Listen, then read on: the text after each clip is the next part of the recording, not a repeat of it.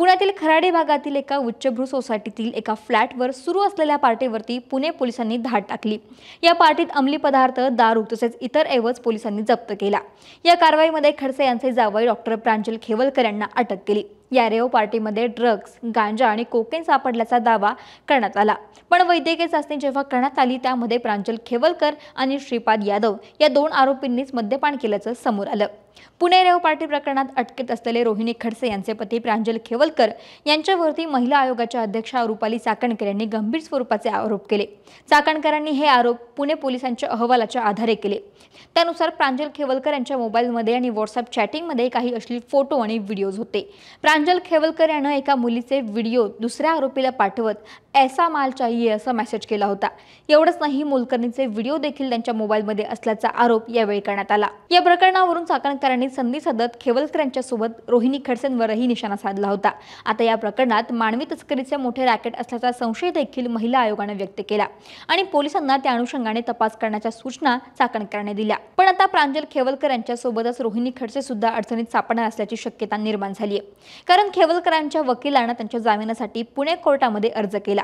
या अर्जावरती पुणे न्यायालयामध्ये सुनावणी पार पडली। आपल्याला या प्रकरणामध्ये मुद्दा म्हणून गोवलं गेलं असा दावा यावेळी करण्यात आला। त्यावरती न्यायालयानं पोलिसांना त्यांचं म्हणणं मांडण्यासाठी सांगितलं होतं। त्यानुसार पोलिसांनी न्यायालयात त्यांचं म्हणणं सादर केलं, ज्यात त्यांनी मोठा दावा केला। पोलिसांनी म्हटलं की प्रांजल खेवलकर यांना पुणे पोलिसांनी पार्टी प्रकरणात अटक केल्यानंतर त्यांच्याकडून 2 मोबाईल जप्त करण्यात आले होते। त्यापैकी एका मोबाईलमधील सिम कार्ड हे खेवलकर नाही तर सोनार नावाच्या दुसऱ्या व्यक्तीच्या नावावरती असल्याचं समोर आलं। पोलिसांकडून या मोबाईलचा तांत्रिक पंचनामा सुरू असतानाच सिम कार्डच्या मूळ मालकानं जळगावमध्ये टेलिकॉम कंपनीकडे सिम कार्ड हरवलं आहे असं सांगत नवीन सिम कार्ड मिळवलं आणि हे नवीन सिम कार्ड नंतर दुसऱ्या मोबाईलमध्ये टाकून त्याचं व्हॉट्सअप सुरू केलं।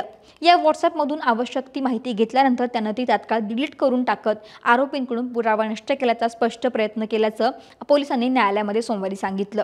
या प्रकरणी पोलीस तपास सुरू असतानाच आरोपी प्रांजल खेवलकर यांच्या मोबाईलमधील व्हॉट्सअप डिलीट करून महत्त्वाचा पुरावा नष्ट केल्याचा प्रयत्न झाल्यानं या प्रकरणी गुन्ह्यात आणखीन कलम वाढण्याची शक्यता व्यक्त केली जाते। त्यामुळे आरोपींची संख्या देखील वाढण्याची शक्यता आहे। पुराव्यांशी छेडछाड करणाऱ्या प्रकरणात खेवलकरांच्या निकटवर्तीयांसह काही जणांचा समावेश असून पोलिसांकडून याचा तपास केला जातोय। याचाच अर्थ खेवलकरांच्या मोबाईलमधील पुराव्यांमध्ये छेडछाड केल्याप्रकरणी संशयाची सुई रोहिणी खडसे यांच्या दिशेने असल्याचं बोललं जातंय। संबंधित व्यक्तीकडून सिम कार्ड घेण्यापासून व्हॉट्सअपमधील पुरावे नष्ट करण्यापर्यंत हे सगळं रोहिणी खडसेंनी घडवून आणल्याचा पोलिसांना संशय आहे।